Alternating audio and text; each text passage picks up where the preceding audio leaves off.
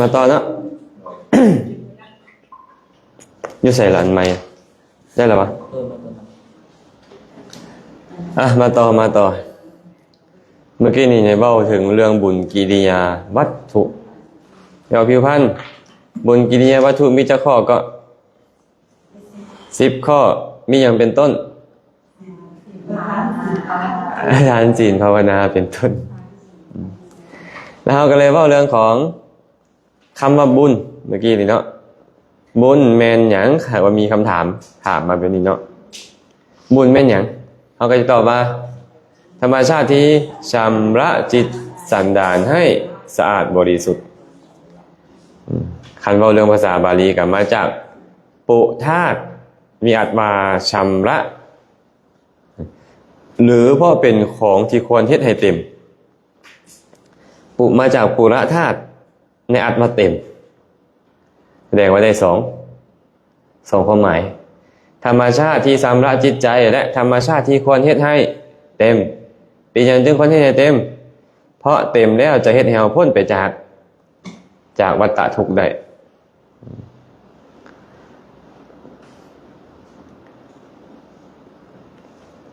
อย่างนี้ถามคืนอีกวันนึงหากมีคนถามเขาว่าบุญคือหยังเขาตอบว่าอันนี้ก็ธรรมชาติที่เป็นเครื่องชำระจิตให้บริสุทธิ์หรือควรเฮ็ดให้เต็มปุญกิริยาวัตถุบัดเนี่ยมาจาก3ศัพท์บ่มาจากปุญญะกิริยาและวัตถุปุญญะกิริยาและวัตถุเห็นบ่คำว่ากิริยาแปลว่า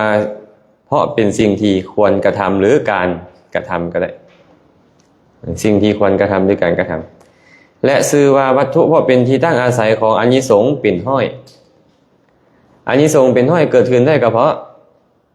าะสิ่งนี้เลยสิ่งนี้ว่าวัตถุแปลว่าที่ตั้งเกิดขึ้นของอานิสงส์เพราะเหตุนั้นทานเป็นต้นแต่ละอย่างจึงรวมกันว่าบุญกิริยาวัตถุบุญกิริยาวัตถุ แต่ว่าธรรมชาติที่เป็นที่ตั้งเกิดขึ้นของอานิสงส์เป็นร้อยหรือว่าบุญที่ตั้งอันเป็นเหตุเกิดขึ้นของการกระทำบุญบาบุญกิริยาวัตถุ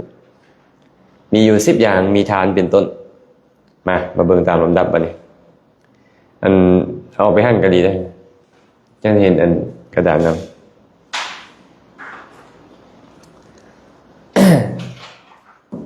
พูดไปตก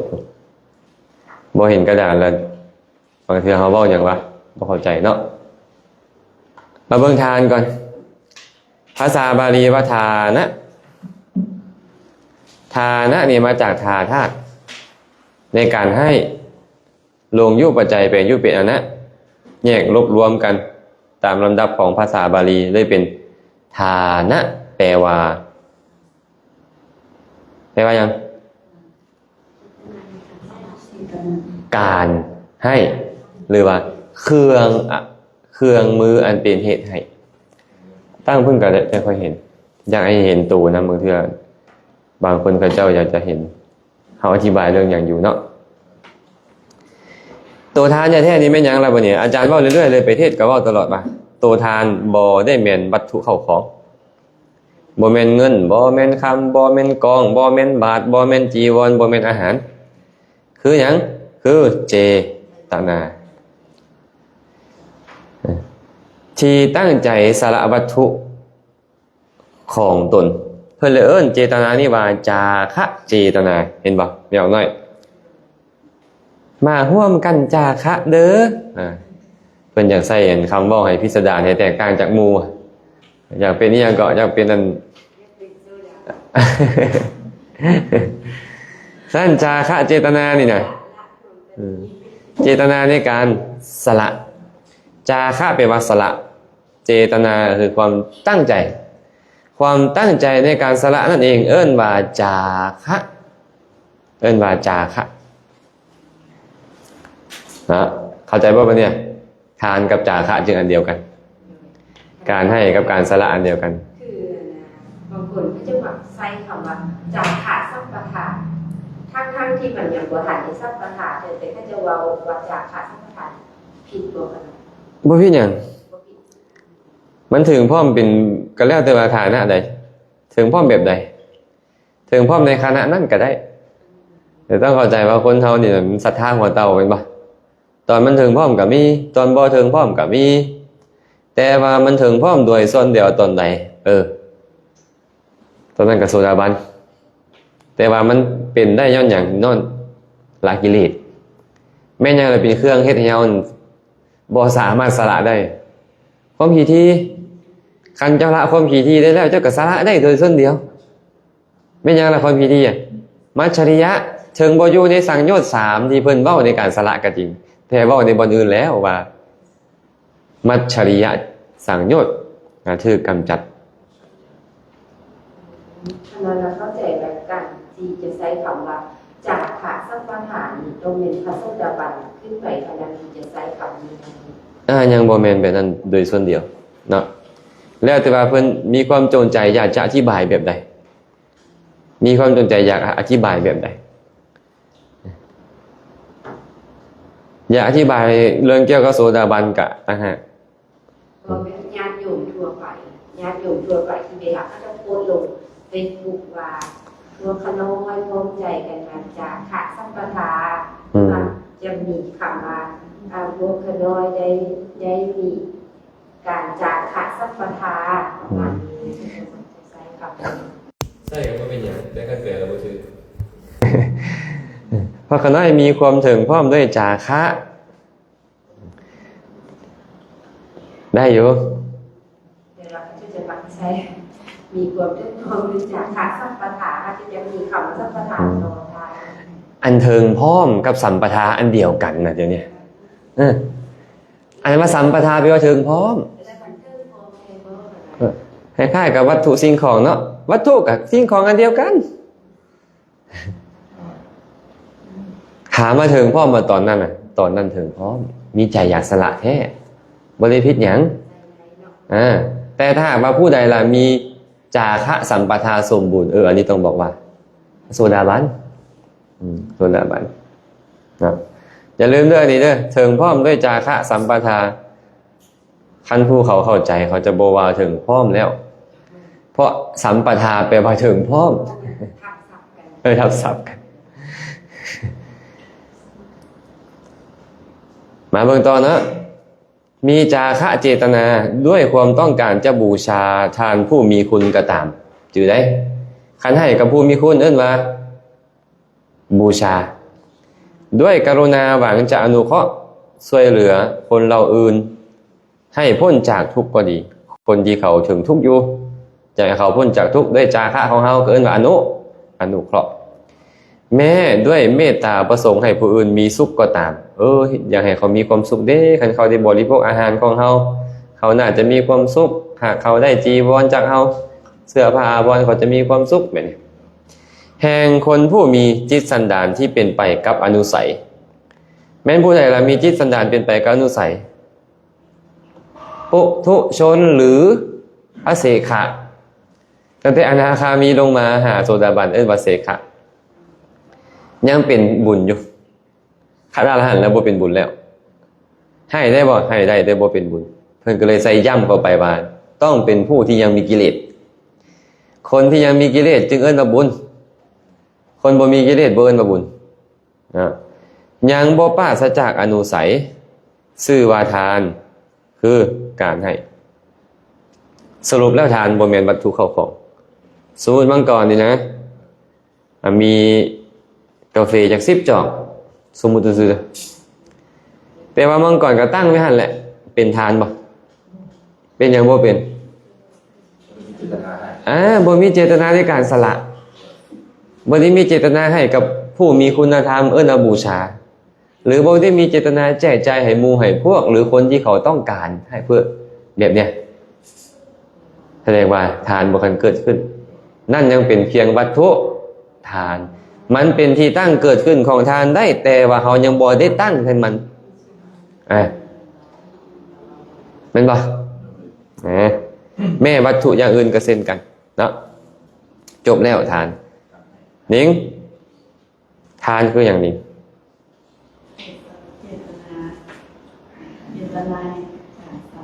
เจตนาในการสละเป็นอย่างคือเสียงคือตกอกตกใจเนี่ยเลยนั่นเขาก็สละอยู่สูงมืออยู่เนาะเจตนาในการสละในการแบ่งปันในการให้ก็แล้วแต่นะการให้ที่บ่เป็นทานก็มีได้หนิไงการให้ไปใดแล้วบ่เป็นทานมีอธิบายไว้เนาะการให้ของ5อย่างเหล่านี้บ่ชื่อว่าเป็นบุญกิริยาวัตถุข้อทานพอจิตใจของผู้ให้บ่มีความหมดจดเป็นบุญเลยในแก่หนึ่งการให้สิ่งสร้างความมึนเมาคือสุราและเมลัยอยากให้หมู่ได้เมาบ่เป็นบุญมีบ่ล่ะบุญบ้านเฮาน่ะ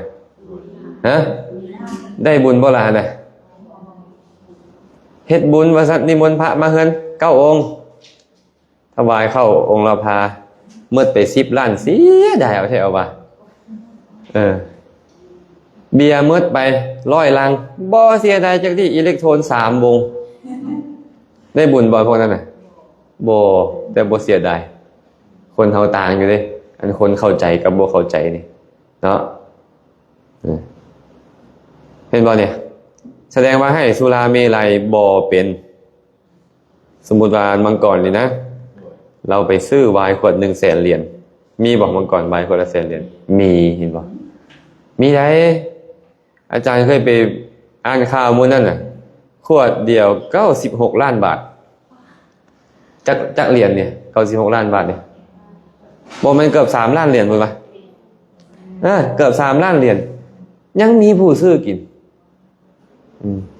96 ล้านบาทเจาะนึงที่บ่ได้เจาะละ3 ล้านพุ่นบ่เจาะน้อยๆนี่ที่มันเจาะละ3 ล้านพุ่นมาบ่มันเป็น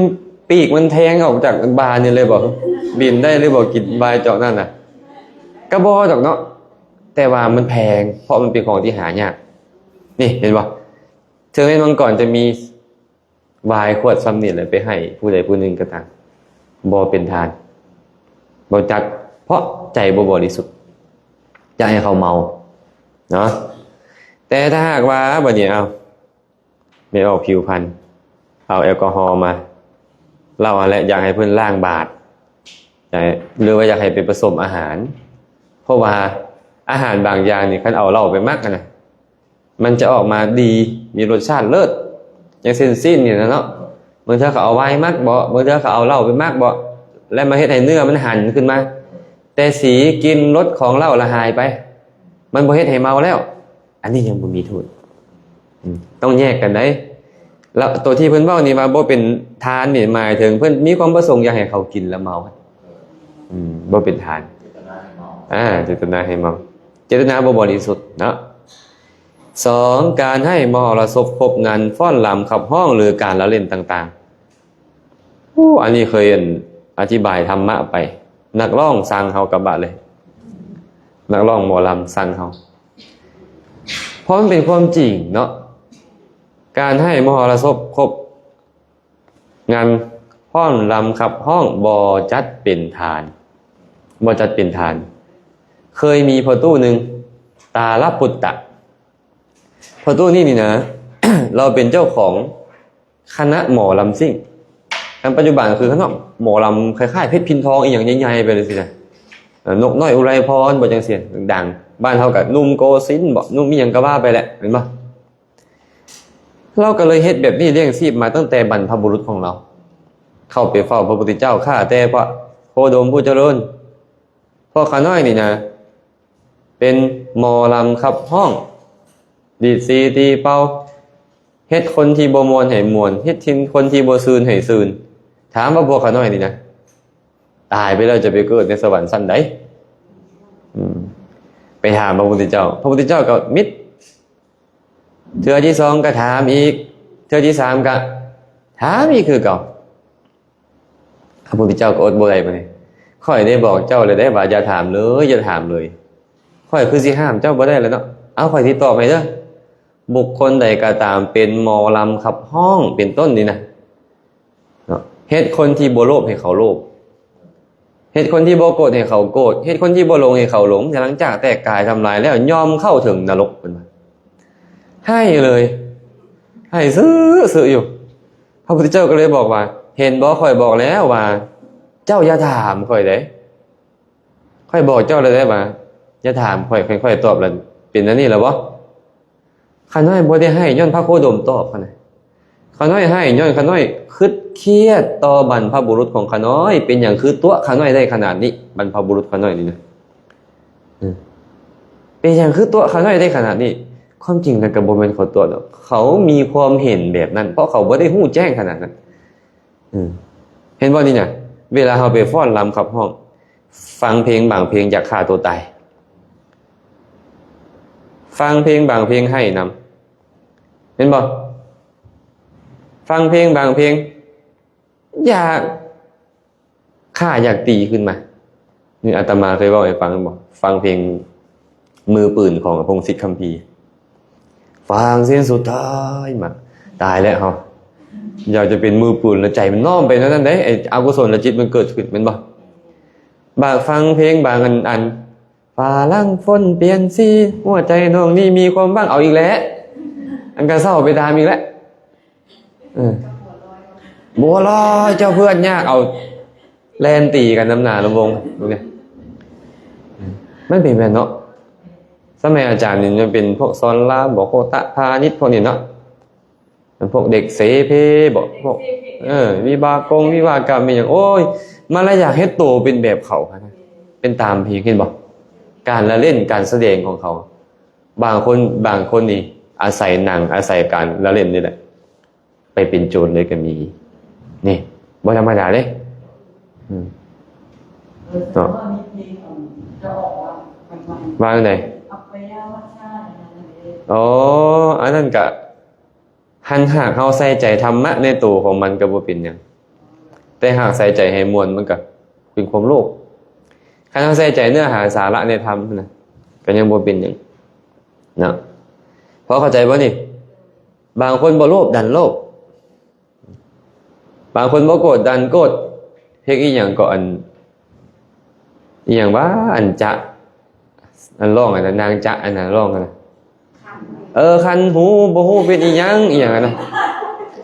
อาจารย์เพิ่นไปอยู่วัดเขาสนามชัยเนาะนอนอยู่หน้าผาไอ้พวกมาลงคอนเสิร์ตก็โอ้ยลงละหันลำโพงมาพี่น้องอันดังขนาดเพลงนี้นะมี2เพลงที่เขาเปิดแบบฮิตขนาดสมัยนั้นไอ้คันหูนี่กับไปเที่ยวทะเลกันไหมไปนะไปดำดูปะการังไอ้เฮากันพยายามนั่งสมาธิมันสิเป็นนั่งได้บ่เนาะเดี๋ยวกันนิ้วมือมันก็เริ่มติ่งนึกขอแล้วบ่มันก็เริ่มเพ้นไปแล้วบ่เนี่ยมันก็เป็นอันนี้เห็นบอกบ่โลภกับโลภบ่มวลกับมวลไอ้ความมวลจะคิดว่าเป็นสิ่งที่ดีได้ความมวลนี่มันเป็นความโลภบางคนบ่โกรธกับโกรธเห็นบ่เพลงฮักชาติเขาเจ้าร้องขึ้นมาแล้วอยากไปฆ่าศัตรูโลดเห็นบ่อันไทยกับกัมพูชาเนาะมีปัญหากันเกิดขึ้นกับร้องเพลงปุ๊บระดมกันขึ้นเขาใส่แบบนี้เลยพวกระดมอาตมาเห็นนั่นเขาเจ้าไปอบรมนักเรียนเขาจะเอาเพลงให้ฟังอันพวกพระเพิ่นวิทยากรนั่นน่ะเพลงปลุกเรื่องของการสร้างชาติอีหยังขึ้นมาหั่นน่ะมือนึงกวดเรียบเลยเด็กน้อยที่ติดยาเสพติดเขาพวกเฮ็ดให้ห้าวหาญให้ฮักชาติให้เข้มแข็งให้กล้าหาญออกมาคันมีหมอนึงออกมากวดมาหมดเด็กน้อยอายุ12ปีเป็นพ่อค้ายาเสพติดและมันออกมาปุ๊บมันบอกผู้ใดบ่ออกระวังโลดพวกนั้นก็ออกมาหมดได้ผู้นึงได้หมดเลยเขามีการปลุกระดมจิตใจได้ขนาดบางเรื่องเป็นแบบนั้นให้มีมานะให้มีความโกรธเคืองก็มีให้ลุ่มหลงก็มีเนาะฉะนั้นการให้มหรสพครบงานจึงบ่เป็นทานต่างเลยต่างบัดนี้แม่พรหมนี่เทวดาก็ตามมนุษย์ก็ตามไปเสพดนตรีเพื่อบูชาเจดีย์คนละเรื่องอันนั้นเป็นกุศลไหน ใจเขานี่อยากบูชาคุณของพระพุทธเจ้าเขาก็เลยเป็นกุศลกลุ่มนั่นน่ะจะไปเอาทั้งหมดได้จะไปเอาทั้งหมดบ่าโอ้นี่เพิ่นบอกว่าให้มหรสพครบงานแล้วบ่เป็นแหละอันนั้นเจ้าอยากให้เขาม่วนอยากให้เขาเพลิดเพลินอันนี้เขาตั้งใจบูชาคุณโดยศิลปะของเขาตามที่เจตนามาต่อการให้ผู้หญิงแก่ผู้ชายเพื่อบำเรอความสุขในเมถุนธรรมเอาผู้หญิงไปให้ผู้ชายเพื่อที่จะให้บำเรอความสุขให้เสพกามกันนั่นแหละอย่างเช่นว่าเอาเจ้าเมืองเจ้าแข็งลงไปเวียกเอาแล้วพวกในบ้านพวกอันนั้นกันเลยเนาะหาผู้แส่ผู้สาวไปให้พ่อไปเย็นเหล้าเย็นเบียร์บ่เย็นล่าที่บ่นี่เนาะเอาให้ไปรับนอนนำเลยไอ้แบบนี้บ่เป็นทานเอาอาจารย์บางคนอาจจะถามให้ลูกสาวกับลูกชายแต่งงานกันเนี่ยมันก็สิบ่เป็นนั่นบ่อาจารย์บ่แม่นเจตนาของพ่อแม่บ่แม่นอยากให้ไปเสพสมกันเจตนาของพ่อแม่คืออยากให้เขาเนี่ยเป็นฟังเป็นฝาอยากให้เขาประสบความสุขความเจริญคนละเรื่องเนี่ยพระพุทธเจ้ายังบอกว่าเอตัมมังคารมุตตมังเห็นป่ะเป็นสิริมงคลอันสูงสุดคือการหาคู่ครองที่เหมาะสมให้เขาเพิ่นบ่ได้ไปมุ่งเน้นการเสพเมถุนธรรมตัวนั้นน่ะเห็นป่ะอยากให้คู่ชีวิตนี่มีศีลเสมอกันบ่มีศรัทธาเสมอกันมีปัญญาเสมอกันเป็นต้นแม่นป่ะจึงคนละเรื่องก็ต้องแยกได้เราต้องแยกให้มันได้คันแยกบ่ได้สับสนได้สับสนพอมีเห็นแม่ติดต่อเจ้าว่าเอาคำพระพุทธเจ้าเป็นแต่งเป็นเพลงสินะก็เป็นแค่ก่อนนะเขาบ่เป็นอย่างไรก็เบิ่งที่เจตนาของเขาอยากเอาไปเฮ็ดมวลบ่ให้เขาเว้ากันแบบสัพเพเหระไปบ่คันเจตนาเป็นนั่นก็บ่ดีคันเจตนาว่าอยากสื่อธรรมะให้คนฟังเด้เพราะว่าบางคนนี่คันบ่เป็นจังหวะแบบนี้นี่เขาบ่สนใจฟังญาติโยมเฮ็ดได้เลยแต่พระเฮ็ดบ่ได้พระนี่ไปเฮ็ดเป็นได้บ่ได้เห็นบ่หลวงพี่อีหยังเกาะเลมอนไปอีหยังเกาะโดมอีหยังเกาะหลวงตุ้ยๆแต่ก่อนนั่นย่ำมากแล้วแรปหั่นนะแรปเลยองค์นั้นน่ะแต่ว่าซิกไปแล้วแหละอ้วนๆใหญ่ๆบ่ได้เหลียวเบิ่งครูบาเวทย้อนว่าอ้วนอีหยังไดบ่ให้เราฟังว่าเราฮู้องค์เนี่ยเราติดตามได้องค์เนี่ยการให้ผู้ชายแก่ผู้หญิงก็คือกันให้ผู้ชายแก่ผู้หญิงพวกเราการทานกันบ่ถ้าหากว่าอยากให้ข้าเจ้านี่นะคือเจตนาคันอยากให้ข้าเจ้าเสพเมถุนกันบ่เป็นทานเนาะมาเบิ่งอีกบ่เนี่ยการให้โคตัวผู้แก่โคตัวเมียโคตัวเมียแก่โคตัวผู้ก็คือกันเพื่อให้มันสืบพันธุ์กันให้ผสมพันธุ์กันนั่นแหละบ่จัดเป็นทานแต่บางอย่างกับผูกมิตรไมตรีเนาะอย่างเช่นเอาผู้สาวไปให้เจ้าเมืองเจ้าแข่งเขาก็รู้สึกดีกับเขาก็รู้สึกดีกับเขาแหละแต่ว่ามันเป็นบุญบ่เป็นบ่เป็นสุดท้ายการให้รูปภาพจิตรกรรมลามกรูปโป้เปื่อยต่างๆนะ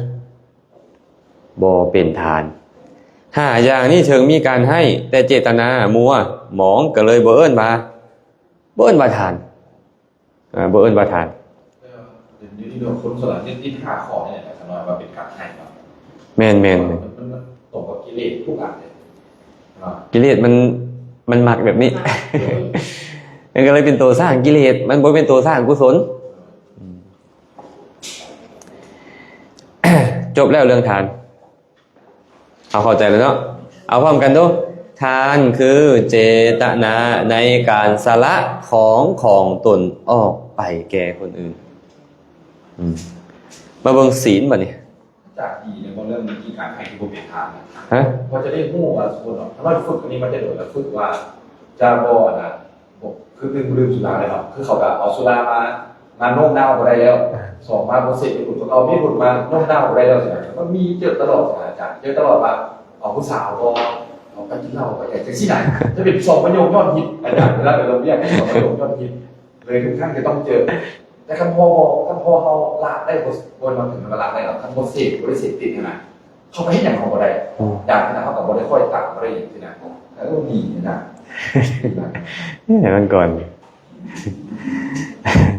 เอามาต่อเรื่องศีลเนาะต่อเรื่องศีล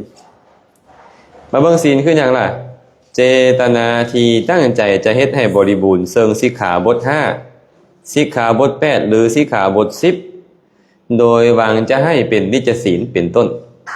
แห่งบุคคลผู้สมาทานสิกขาบทเหล่านั้นหรือเชิงแม่บ่ได้สมาทานแต่ก็เกิดวิรติงดเว้นทุจริตทางกายหรือวาจาได้นี่อุบาสุแก่ตัวนี้ได้นี้ในข่าวนั้นเจตนาและวิรติทั้งสองอย่างนี่ชื่อว่าศีลแสดงว่าศีลมีสองอย่างคือเจตนาศีลและวิรัตศีลหรือวิรติศีลมันต่างกันแบบใดอธิบายเบื้องต้นก่อนที่ขึ้นบอกว่าสิกขาบท5ก็หมายถึงศีล5สิกขาบท8ก็หมายถึงศีล8สิกขาบท10ก็หมายถึงศีล10เพิ่นเน้นไปที่คฤหัสถ์ตัวเนี่ยเพราะคฤหัสถ์สามารถเฮ็ดศีลทั้ง3ประการนี้ให้เกิดขึ้นได้ผมมุ่งเน้นไปที่คฤหัสถ์เพราะว่าในบรรดา2ประเภทนี้บรรพชิตกับคฤหัสถ์หลายกว่าบรรพชิตมันก็เลยว่าขนาดศีล5ศีล8ศีล10ก็ยังเป็นแบบนี้แล้วบ่ต้องเว้าถึงศีลที่หลายกว่าเจตนาเอาเบิ่งเจตนาศีลก่อนเจตนาศีลหมายถึงความตั้งใจก่อนความตั้งใจที่จะเว้นสมมุติตอนนี้นะเมื่อก่อนนี่บ่มีสัตว์มาให้ฆ่าบ่มีสิ่งของจะให้มังกรลักขโมยบ่มีผู้หญิงที่จะให้มังกรประพฤติผิดในกามบ่มีบุคคลอื่นจะให้มังกรมาตัวและบ่มีน้ำเมาที่จะให้มังกรนี่นะไปดื่มมังกรมีศีลบ่มังกรยังชื่อว่าบ่มีศีลเพราะเหตุใดล่ะเพราะมังกรบ่มีความตั้งใจที่จะงดเว้นอีหยังเลยอันที่เขาเจ้ามักเว้าว่าอยู่ซื่อๆก็มีศีลนี่นะอาตมาก็เลยพยายามอธิบายว่าอยู่ซื่อๆมีศีลก็ได้บ่มีศีลก็ได้เพราะว่าอยู่ซื่อๆอยู่แต่เจ้าบ่มีความตั้งใจที่จะงดเว้นเลยเมื่อมีแนวอย่างเจ้าฆ่าปุ๊บเจ้าเราไปฆ่าโลดนี่ตอนนี้เจ้ายังบ่ทันฆ่าคันถ้าหากว่าอยู่ซื่อๆก็มีศีลแสดงว่าชาวประมงนี่นะตอนที่เรายังบ่ทันลงเรือไปหาปลานี่เรามีศีลแม่นบ่ก็บ่มีย้อนหยังบ่มีความตั้งใจจะงดเว้นเนาะฉะนั้นเจตนาที่เกิดขึ้นนี่แหละเป็นตัวศีลเป็นตัวศีลก่อนอย่างเช่นเฮาละไปเว้าก่อนจะให้ทานนี่บ่ปานาติปาตาเวระมณีอาทินนาทานาเวระมณีเป็นต้นเฮาเอิ้นว่าสมาทานแต่ความจริงสมาทานแท้ๆคือตั้งใจจะงดเว้นจะว่าออกมาทางปากหรือบ่เว้าก็ตามจะไปให้ครูบาอาจารย์เว้าพานำก่อนหรือบ่พาก็ตามแต่ศีลบ่ได้อยู่ในครูบาอาจารย์ที่เฮาบอกว่าไปขอศีลจึงเป็นเพียงความเข้าใจของเฮาเป็นเพียงความเข้าใจของเฮาเท่านั้นความจริงแล้วศีลนี่นะไปขอไผบ่ได้ตัวเองต้องตั้งเจตนาขึ้นมาอีกฉะนั้นเจตนานี่จะเอิ้นว่าสมาทานศีลจื่อเด้อคันคำว่าสมาทานศีลขึ้นมาให้นึกถึงโตเจตนานี่เอิ้นว่าเจตนาศีลส่วนวิรติศีลบ่เนี่ยเป็นจังได๋ล่ะวิรติศีลนี่นะวิรัตหรือวิรตินี่นะความงดเว้นได้คือมีสัมมาจากแม่นสมมุตินะแม่เอาหนิงซะแม่เอาหนิงบ่ได้มีความตั้งใจจะเว้นอีหยังเลยมีศีลหรือยังบ่ได้ฆ่าบ่ได้แกล้งไผแต่บ่มีความตั้งใจจะงดเว้นเลยบ่มีศีลแต่ว่ามียุงจะให้แม่เอาหนิงฆ่าแม่เอาหนิงโอ้ยอย่าแหละบ่ได้ตั้งใจไว้ก่อนแต่ตัวนี้เอิ้นว่าโตวิรัตเข้าใจบ่นี่แหละเอิ้นว่าวิรัตหรือวิรติศีลตัวศีลแท้ๆเป็นตัวนี้แต่เจตนาหั่นน่ะก็ชื่อว่าศีลได้ในยะหนึ่ง บางคนตั้งใจ แต่นี่ไปค่อยสิบ่ฆ่าแต่นี่ไปค่อยสิบ่ตัวฮอดเวลาปุ๊บตัวสิยังเหลือบ่เหลืออันนี้นี่บ่มีก่อนหน้าแต่ตั้งแต่นั้นเรามีตอนที่เราประสบเหตุเราซื้อว่ามีศีลเพราะมีวิรัติเกิดขึ้นคันสั้นหากเขาบ่อธิบายแบบนี้นี่นะโจรทื่อขังเดียวในคุกก็จะซื้อว่ามีศีลเพราะบ่มีทรัพย์ให้เราฆ่าบ่มีสิ่งของให้เราลักขโมยบ่มีผู้หญิงให้เราบ่พฤติผิดในกามบ่มีผู้คนให้เราตัวบ่มีน้ำเมาให้เราดื่มเรามีศีลบ่ล่ะก็บ่ซื้อว่ามีเพราะเจตนาเราก็บ่มีวิรัติมันก็บ่เกิดขึ้นวิรัติจะเกิดขึ้นก็ต่อเมื่อมีสิ่งของมาก่อนมีสัตว์ที่จะให้ฆ่ามาก่อนวิรัติจึงเกิดขึ้นมีของจะให้ลักขโมยก่อนวิรัติจะเกิดขึ้นได้ฉะนั้นเวลาใดก็ตามที่พวกเขาให้ทานเวลานั้นศีลบ่มีฟังทันบ่สมมุติมันก่อนให้ทานนี่เป็นอย่างทานนี่เจตนาอย่างไหนอย่างในการสละในการให้เป็นศีลบ่ล่ะเมื่อศีลเป็นเจตนาในการงดเว้นอันนี้เจตนาในการให้คนละเรื่องเลยเป็นบ่แม่นวิรัติบ่ล่ะบ่มีตอนเจ้าให้ทานจึงบ่เป็นศีลแต่ว่าคนมีศีลให้ทานได้บ่เอิ้นโดยโวหารบ่ได้แต่สภาพศีลบ่เกิดขึ้นในตอนนั้นทานนั่นเป็นทานของผู้มีศีลแต่สภาพศีลบ่เกิดขึ้นเขาบ่คันได้ล่วงละเมิดสิกขาบท5ข้อเขายังซื่อว่ามีศีลแต่ตอนนั้นศีลมันบ่เกิดเข้าใจบ่เพราะบ่มีการงดเว้นตอนนั้นค่อยจะให้ค่อยจะให้อย่าลืมได้ว่าจิตดวงหนึ่งเกิดขึ้นเป็นได้อย่างเดียวมันบ่สามารถเป็นอย่างอื่นได้ตอนเป็นทานมันก็บ่เป็นศีลตอนเป็นศีลมันก็บ่เป็นทานแม่พรหมณีไม่ออกนกไปนั่งสมาธิเบิ่งลมหายใจเข้าออกมีบ่ล่ะเจตนาจะงดเว้นน่ะมีบ่ความงดเว้นน่ะบ่มีมันก็เลยเป็นภาวนามันบ่ได้แม่นศีลแต่ว่าทุศีลหรือยังก็ยังบ่คันทุศีลเพราะข่อยก็ตั้งใจไว้แล้วข่อยจะบ่ฆ่าสัตว์เป็นต้นอยู่แต่สภาพศีลบ่เกิดขึ้นฟังทันเนาะในกรณีที่มีเจตนาจะขาดแล้วหรือจะยังบ่ได้ขาดนั่นทุศีลหรือเปล่าแม่นเอิ้นว่าบ่มีศีลแล้วแต่ว่าข้อฆ่ายังบ่คันได้ลงละเมิดแต่ว่าบ่มีศีลแล้วศีลหายแล้วโทสะเกิดขึ้นสภาพศีลมันบ่อยู่สมถะใหม่เนี่ยตั้งใจใหม่เกิดมาเฮายังบ่คันได้ฆ่าโอ้ยบ่ดีดอกบ่เฮ็ดดอกตั้งใจว่าจะงดเว้นนั่นแหละเจ้าก็มีศีลตั้งแต่ตอนตั้งใจไปต้องได้เสริมวันนี้หน่อยเนาะแม่นเดี๋ยวว่าเพื่อให้ได้ใช้ไก่ในอนาคตขนาดสมมุติเมนรู้ว่าที่ผ่านมาคือว่าสมถะเดียวเลยเรียกไปเลยเนี่ยแต่ว่าตอนที่ใจมันเสียหลายเดือนแล้วมันยิ่ง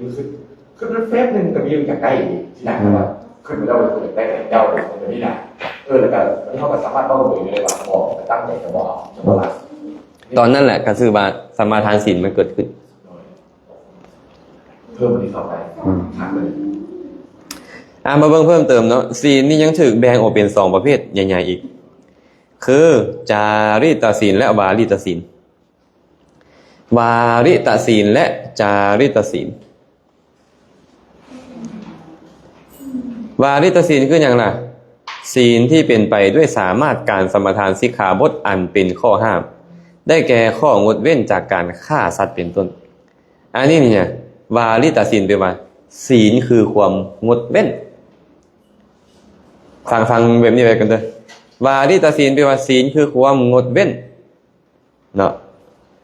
และจาริตศีลแปลว่าศีลที่เป็นไปเกี่ยวกับความประพฤติในข้อที่ควรประพฤติมีการบำรุงมารดาบิดาเป็นต้นฉะนั้นแม้แต่การบำรุงบิดามารดาก็เป็นศีลเอิ้นว่าจาริตศีลหรือว่าพวกเฮามาเห็นครูบาอาจารย์ปุ๊บพวกเฮากราบไหว้เอิ้นว่าจาริตศีลเอิ้นว่าจาริตศีลจือว่าเฮาเห็นวัดวาหกเหือเฮาไปปัดไปกวดนั่นเอิ้นว่าจาริตศีลเกิดขึ้นเห็นครูบาอาจารย์ย่างมาแต่ไกลเห็นเพิ่นหิวบาตรที่หยังไปขอหิวเพิ่นก็เป็นจาริตศีลครู รูบาอาจารย์ไอ้จัวก็ตามล่างห้องน้ำปัดกวาดเช็ดถูวัดมาอาหารเอิ้นว่าจาริตศีลเฮ็ดข้อวัดต่อครูบาอาจารย์ต่างๆล่างบาทเป็นต้นนั่นน่ะ เป็นสิ่งที่คนเห็นอยู่แล้ว แม่นเฮ็ดในสิ่งที่ควรเฮ็ดเอิ้นว่าจาริตศีล โอ้เส้นจอดไฟแดงบุรุษไฟแดง อันนี้เป็นจาริตคือกัน สบายดีพ่อแม่แต่ว่าสิล่ะ แม่นอันนี้เป็นจาริตศีลมันก็เลยบ่แม่นศีลตัวงดเว้นนี้มันคนละตัวกันเนาะแต่เอิ้นมันว่าศีลอย่างหนึงท่านบอกบอกตัว จะบอกว่าเป็นคนมีสิ่งศีลธรรมไม่อันเดียว ศีลธรรม ธรรมเนี่ยมีหลายกว่าศีลเนาะศีลก็คือศีลเขาก็หมายความว่ามีทั้งศีลมีทั้งความประพฤติที่ดีงามทั้งหมดมาเป็นคนมีศีลธรรมธรรมนี่มันหลายกว่าศีลเด้แต่ศีลนี่บ่แม่นธรรมก็ได้สินะอย่างเช่นวาริตศีลนี่มันบ่แม่นธรรมแต่มันเป็นศีลโดยตรงไอ้จาริตศีลนี่น่ะมันเป็นธรรมะได้บางอย่างความประพฤติที่ดีงามสิ่งที่ควรเฮ็ดต่างๆเบิ่งแม่เรามีธรรมเนียมดี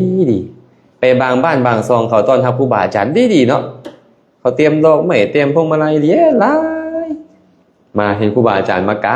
าบแล้วก็มอบพวงมาลัยโหยดอกไม้อันนั้นเป็นหยังเป็นจาริตศีลมันเป็นการแม้แต่การบูชาแบบนั้นก็ยังเอิ้นว่าจาริตศีลเป็นความประพฤติที่ควรคนประพฤติ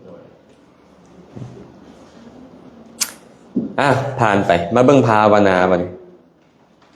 ภาวนาเจตนาที่เป็นไปนับตั้งแต่ประมวลจิตเพื่อการบริกรรมในกรรมฐาน40อย่างเฮาบ่คันได้เรียนเด้อตัวนี้มื้ออื่นจะได้เรียนกรรมฐาน40อย่างมีปฐวีกสิณเป็นต้นการเจริญกสิณดินนับตั้งแต่เอาดินมาเฮ็ดพี่นะเริ่มเพ่งดินแล้วก็ดินระลึกในใจนะนั่นแหละแต่นั่นไปมันมาหรือเพื่อการพิจารณาสภาวะธรรมในภูมิทั้งหลายมีขันธ์เป็นต้นเอาขันธ์5มาพิจารณาว่าอันนี้รูปอันนี้เวทนาอันนี้สัญญาอันนี้สังขารอันนี้วิญญาณบ่เที่ยงเป็นทุกข์เป็นอนัตตาบ่สามารถบังคับบัญชาได้นี่เอิ้นว่าภาวนาเอิ้นว่าภาวนาจนถึงโคตรภูเป็นที่สุดการจะบรรลุธรรมนี่นะมันจะมีลำดับของมันลำดับของญาณคันโคตรภูญาณเกิดขึ้นแล้วมรรคญาณเนี่ยยอมเกิดตามและบรรลุแล้วตั้งแต่โคตรภูลงไปนี่นะจึงเอิ้นว่าภาวนาแต่ตอนมรรคนะบ่เป็นภาวนาแล้ว เป็นผลของภาวนาแล้ว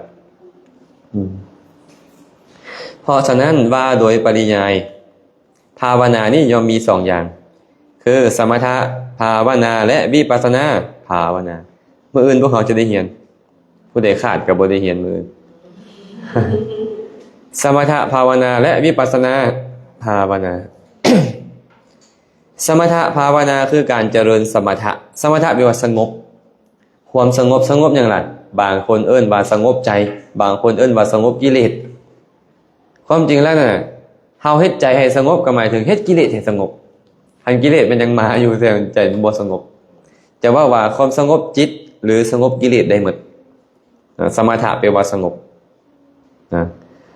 ได้แก่การเฮ็ดสมถะที่ยังบ่เกิดให้เกิดเฮ็ดสมถะที่เกิดแล้วให้เพิ่มพูนยิ่งขึ้นไปทานเอิ้นสมาธินั่นเองว่าสมถะสมถะภาวนาสมาธิภาวนาอันเดียวกันอันเดียวกันสมาธิกับเฮ็ดจิตให้ตั้งมั่นสม่ำเสมอคันจิตตั้งมั่นแล้วมันบ่มีกิเลสสมถะนี่นะก็คือความสงบกิเลสนั่นเองเมื่อสงบแล้วจิตก็ตั้งมั่นเห็นป่ะสมาธิกับสมถะจึงเป็นอันเดียวกันเพราะเป็นความที่สงบแห่งจิตสรุปง่ายคือการเจริญสมาธิเอิ้นว่าสมถะภาวนาการเฮ็ดสมาธิให้เจริญทันเนาะแม่ไรมาเบิ่งวิปัสสนาในหนึ่งบัดเนี่ยวิปัสสนาภาวนาคือการเจริญวิปัสสนาได้แก่การเฮ็ดวิปัสสนาที่ยังบ่เกิดให้เกิดการเฮ็ดวิปัสสนาที่เกิดขึ้นแล้วให้เพิ่มพูนยิ่งขึ้นไป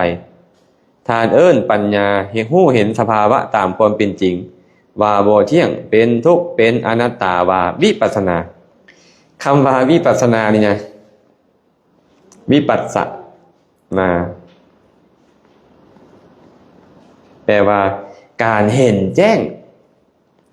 ขั้นแปลตามศัพท์แปลว่าเห็นแจ้ง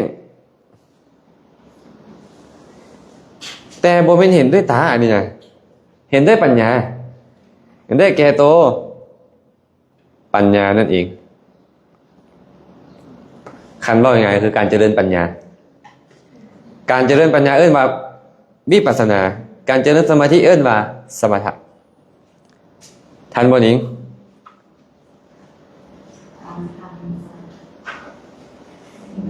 น้อยท่านบอกน้อยบ่ทันน้อยแกล้งหัวเลยการเฮ็ดจิตใจให้สงบเอิ้นว่าการเจริญสมถะการเจริญสมถะนั่นแหละคือการเจริญสมาธิการเจริญวิปัสสนาคือการเจริญปัญญาแต่เป็นปัญญาอย่างไรปัญญาเพื่อความรู้แจ้ง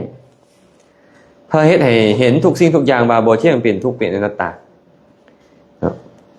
ฉะนั้นเวลาเพิ่นเว้าเรื่องสติปัฏฐานนี่เพิ่นจะเน้นไปที่ตัวสติอันประกอบด้วยปัญญาบ่แม่นสติละล่ะเด้สติที่บ่มีปัญญาประกอบบ่เอิ้นว่าสติปัฏฐานสติที่มีปัญญาประกอบจึงเอิ้นว่าสติปัฏฐานเห็นบ่ในบทเพิ่นจะบอกว่าอาตาปีสัมปชาโนสติมามีความเพียรมีสติมีสัมปชัญญะมันมีสัมปชัญญะมีสติสัมปชัญญะนั่นแหละคือเป็นชื่อของปัญญาความรู้พร้อมมันน่ะ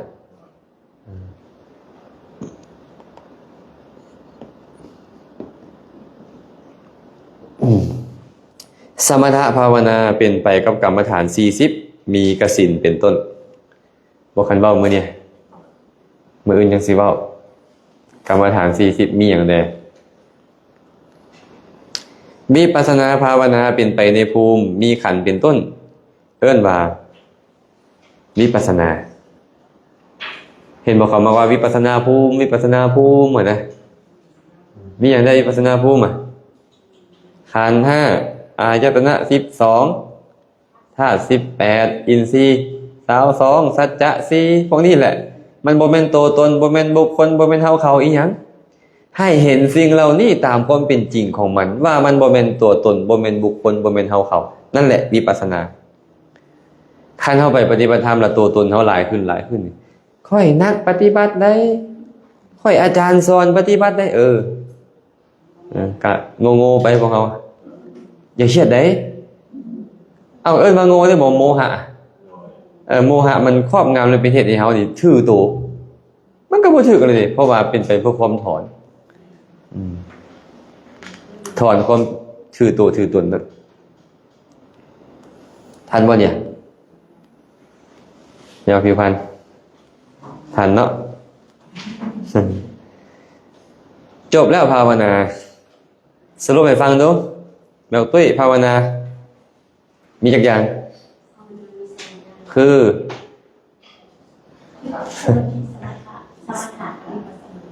สมถะและวิปัสสนา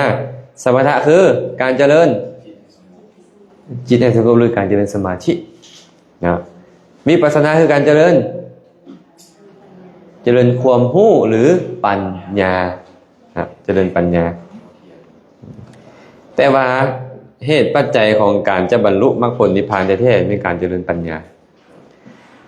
แต่ว่าหากผู้ใดเจริญสมาธิได้ดีแล้วใช้สมาธินั่นเป็นบาตรในการเจริญปัญญาจะเกิดได้ดีกว่าคนปกติเฮานี่นะมันบ่มีสมาธิเลย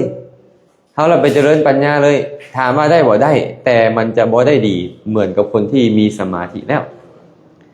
แต่ว่าการจะเจริญสมาธิให้เกิดขึ้นมันดันยากเนาะแต่บางคนโอ้เจริญสมาธิยากโพดกำลังกำหนดลมหายใจคุณไปเรื่องบ้านเรื่องซองเรื่องนี้เรื่องนั่นไปแล้วเรื่องธุรกิจการงานแล้วบ่เอาค่อยจะเจริญวิปัสสนาเลยให้เห็นว่าบ่เที่ยงเป็นทุกข์เป็นอนัตตามันบ่จำเป็นต้องใช้กำลังของสมาธิหลายได้บ่ได้บางคนเขาเลยมักเจริญสติปัฏฐานขัวย่างเนาะซ้ายย่างเนาะอยู่หั่นความจริงบ่ต้องไปนอไปเนอมันหรอก อีตนผู้เฒ่าบางเทื่อก็เลยคันซ้ำแม่เพชรซ้ำแม่พรหมณีก็ยังใครอยู่อันพวก70แล้วนะยกขาขึ้นหัวยกเนาะไอ้ยืนเพื่อยืนขาเดียวใส่เหยียบอ่ะหัวก้าวเนาะโอ้ยไปตู้จะสิล่มเลยสั่นทึดๆอยู่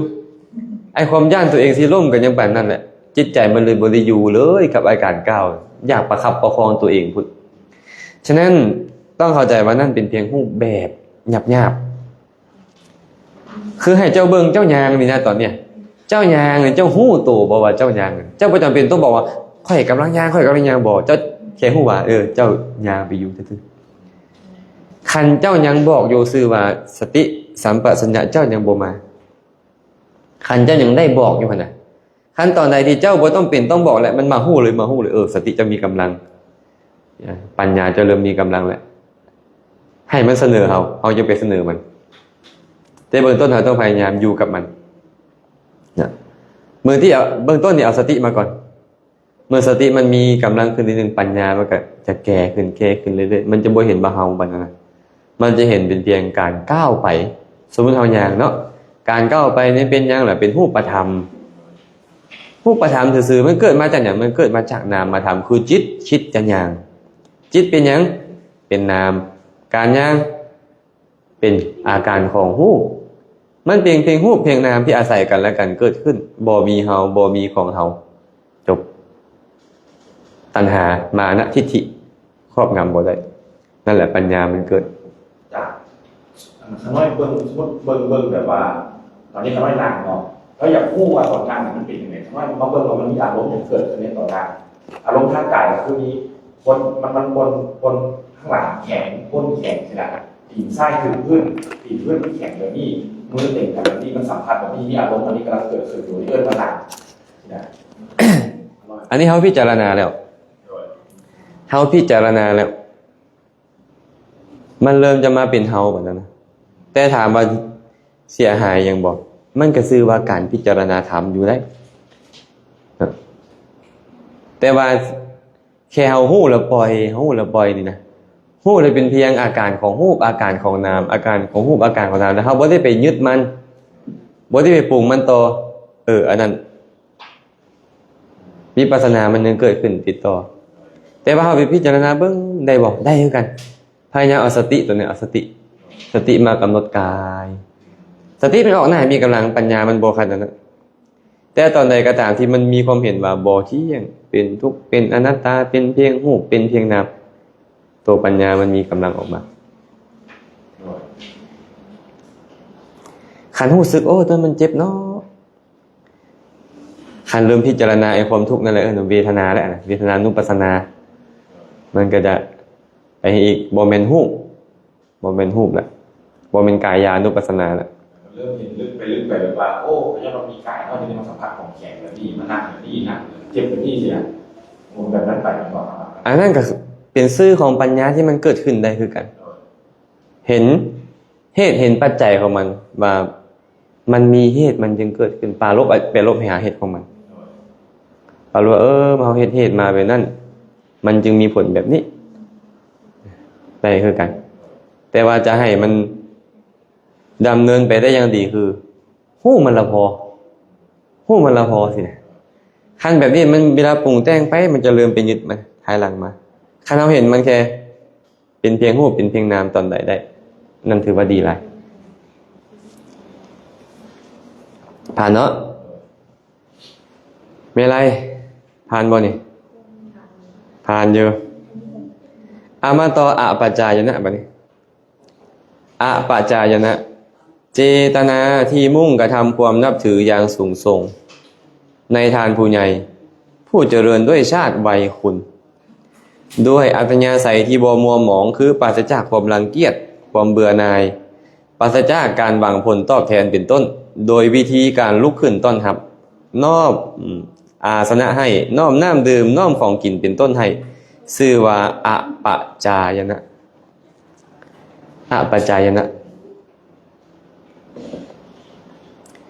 ขั้นส่งข้อเขาในศีลมันก็คือจาริตศีลอปัจจายนะนี่มันจะไปส่งข้อลงทานศีลภาวนา3อย่าง แต่ว่าเขาแยกออกมาคือมันเป็นตัวหนึ่งของมันต่างหากเนาะเพิ่นเลยบอกว่าเฮ็ดต่อผู้สูงทรงด้วยชาติด้วยวัยด้วยคุณด้วยชาติแม่นหยังล่ะสมมุติเขาเป็นกษัตริย์เขาเป็นเสื้อกษัตริย์ชาติสูงทรงก่อนเฮานอบน้อมเขานี่เอิ้นว่าผู้สูงทรงโดยชาติโดยวัยได้ล่ะเขามีอายุหลายกว่าเป็นรุ่นอ้ายรุ่นเอ้ยรุ่นลุงรุ่นป้ารุ่นหน้ารุ่นอาสินะรุ่นพ่อตู้แม่นายผู้สูงทรงโดยคุณได้ล่ะคุณคือศีลคุณคือเพศบางเทื่อเขามีศีลหลายกว่าเฮาแม่นอยู่เฮามีเพศคฤหัสถ์คือกันแต่ว่าเพิ่นถือศีล8เพิ่นถือศีล10ไปแสดงเพิ่นมีคุณธรรมสูงกว่าเฮาหรือคุณธรรมคือเพศเนาะเอาเป็นผู้ชายคือกันแม่เฮาก็เกิดก่อนพุ่นแหละเขายังเป็นผู้หนุ่มผู้น้อยแต่เขาถือเพศเป็นบรรพชิตก็คือว่ามีคุณธรรมสูงกว่าเฮาโดยเพศแล้วก็ถ้าว่าผู้ที่มีคุณก็คือสิ้นเนาะแต่ถ้าว่าสิ้นก็จะค่าทะลุดังพลอยและเหตุให้ใจเขาบ่แซงซื่นนะมันจะมีนะอธิบายได้ที่จะมาปรุงแต่งจิตให้เขาแซงซื่นเบิกบานในการให้ผ่านตอนนั้นอันนั้นหมายถึงบรรพชิตบ่หรือครูบาอาจารย์บ่เพิ่นก็จังบอกเด้ไปหาน้อมใจหาสงฆ์น้อมใจหาสงฆ์เพราะสงฆ์นี่ดีโดยส่วนเดียวพระภิกขุนี่บ่ดีได้คือพวกอาตมานี่นะเป็นพระภิกขุนี่เป็นคนบ่ดีได้แต่สงฆ์เนี่ยดีโดยส่วนเดียวเพราะสงฆ์แท้ๆคือพระอริยะ8บุคคลโสดาบันเป็นต้นนะแต่พวกอาตมานี่นะเป็นเพียงผู้ถือเพศบรรพชิตเป็นเพียงสมมุติสงฆ์ที่เขาสมมุติขึ้นด้วยยติจตุถกรรมวาจาสวดสมมุติขึ้นให้เป็นพระสงฆ์องค์หนึ่งแต่ว่ายังทุศีลได้อริยมรรคยังบ่เกิดนี่ทุกคนยังทุศีลได้เมื่อใดอริยมรรคเกิดขึ้นแล้วศีลจะบ่มีด่างพร้อยแล้วมันเพราะว่าเจตนาในการฆ่าเจตนาในการลักขโมยเป็นต้นบ่มีอันใดก็ตามที่พระพุทธเจ้าห้ามไปแล้วเพิ่นฮู้แล้วให้เพิ่นตายเพิ่นก็บ่ลงละเมิดอันนั้นจะเป็นศีลสมบูรณ์แท้คือเพราะอาตมานี่บ่แม่นบางเทื่อกิเลสมีกำลังกลกุศลมันก็ลงละเมิดไปบางครั้งกุศลมีกำลังกลกิเลสมันก็งดเว้นได้มันก็สลับกันไปสลับกันมาเพราะ